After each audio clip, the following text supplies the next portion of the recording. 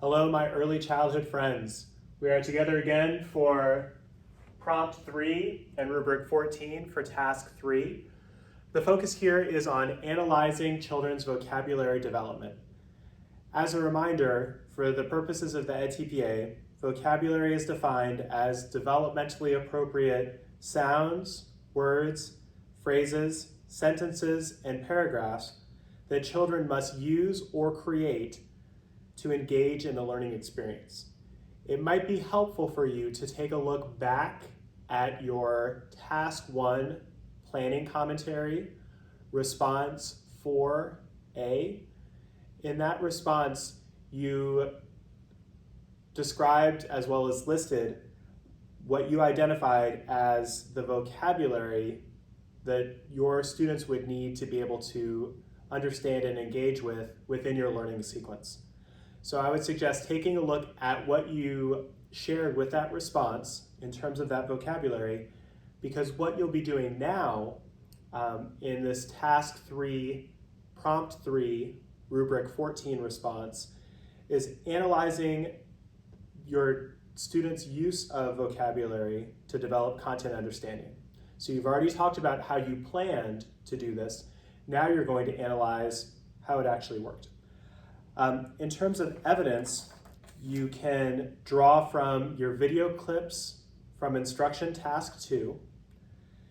You have the option to upload an additional video file specifically for task 3 of no more than 5 minutes, which you would then label language use. You can also draw from the work samples you analyzed for task 3. So what you've uploaded from your focal students. So you can draw from any or all of these evidence sources as you respond to this particular prompt.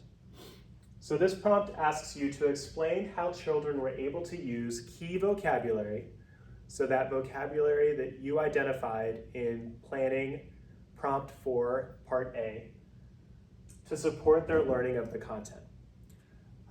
If you take a look at the Understanding Rubric Progressions document on page 40, we have some indications of responses that would be acceptable for a 3 or above. So for a 3, the candidate explains and identified evidence that the children used or attempted to use the identified vocabulary. So this is a key piece here. It's the children's use or attempted use of this key vocabulary.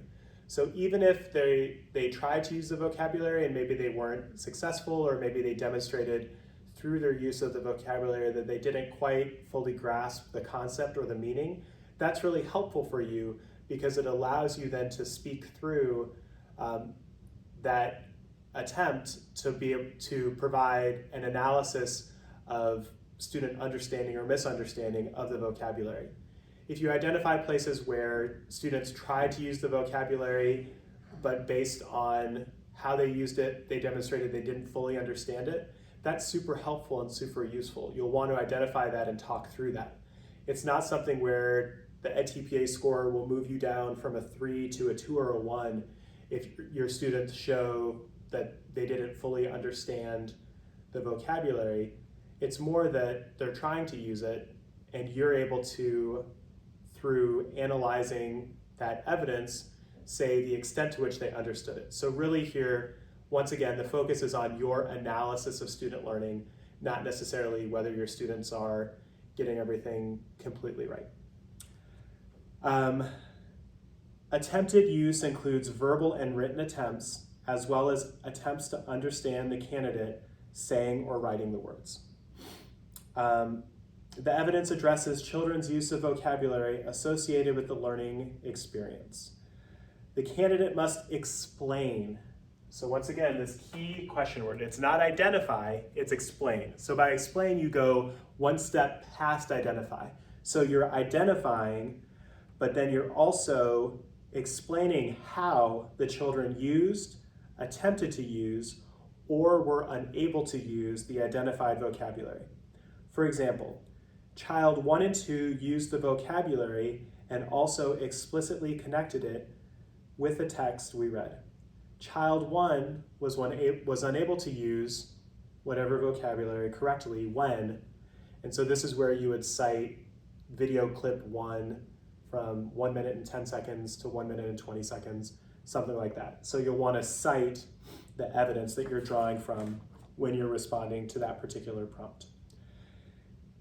For moving from a 3 to a 4 or a 5, you'll want to take a look at page 41 of Understanding Rubric Progressions for some examples of how those responses might look. So moving from a 3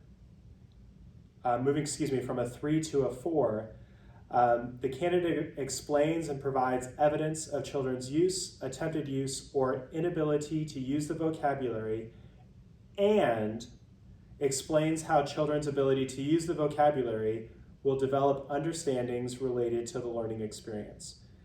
And so this is where we're thinking here to support their learning of the content. So not just how they were able to use the key vocabulary, but how they were able to use it to support their learning of the content. So for example, the candidate notes that all students could come up with a rhyming word by the end of the lesson when they were asked to. And most of the children were able to explain that it's changing the ending sound that makes a rhyme. And then the analysis piece. That indicated to me that they clearly understood both the vocabulary words of rhyme and ending sound, and also understood why words rhyme or not. So moving from identification to explanation and analysis. That's the key piece here in Rubric 14 and your response to prompt number 3.